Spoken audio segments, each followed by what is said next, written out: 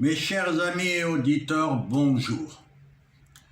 Et je ne manquerai pas de vous remercier de nouveau pour votre fidélité.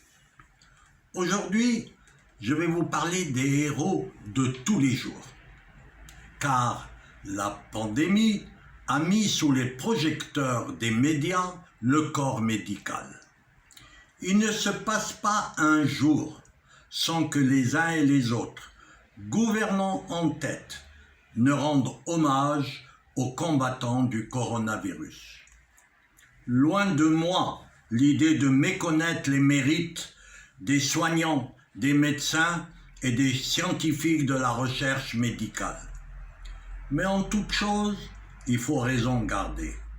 C'est la faute aux médias si certains docteurs en médecine se sont pris au jeu du vedettariat.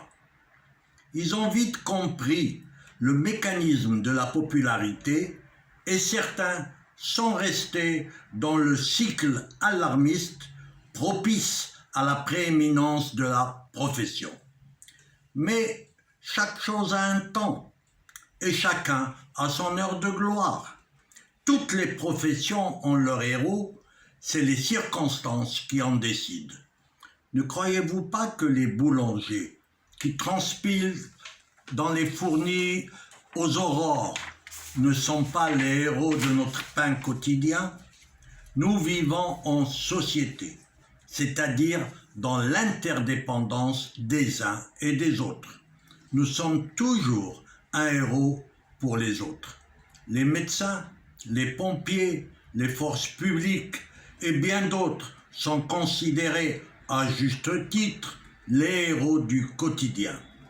Ces personnes sont présentes tous les jours en cas de besoin pour le bien-être de leurs prochains. Chacun son tour tient, tiendra ou a tenu le rôle principal, le faisant le héros du moment. Le coronavirus n'a nullement changé l'échelle des valeurs ou même la construction de la société. Il a mis en lumière, c'est certain, des corps de métier dont nous avons peut-être oublié l'importance. Il nous a fait prendre conscience de nos interdépendances, mais il ne peut pas aboutir à une révision drastique des relations humaines qui sont, elles, basées sur la sérénité, mais pas la panique. Les médecins vous diront qu'à force de frapper un individu, il finit par ne plus sentir la douleur. Les spécialistes de la torture le savent bien, qui mettent une pause entre chaque sévice. Les médias et les gouvernants, à force de matraquer le même message, vont finir par obtenir le contraire du but recherché. Autrefois, le monde médical était clos, vertical et hiérarchisé. Il était muet, tenu par le secret médical. Aujourd'hui, l'émergence des technologies de l'information et de la communication modifie la donne. Cette intrusion de la technologie a pour conséquence de perturber la relation singulière médecin-patient. Désormais, un nouveau rapport de force s'impose, celui d'une société consumériste d'informations médicales où transparence, confidentialité, échange et partage des données s'affrontent à travers les enjeux humains et éthiques qui en découlent. Plus les technologies de l'information et de la communication s'étendent, et plus elles bouleversent notre vision du monde.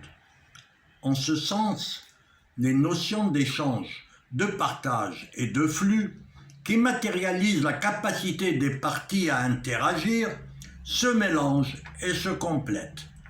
La transparence exigée constitue un fondement essentiel de la sphère publique, mais la quête d'une transparence de communication et d'information n'a rien de nouveau.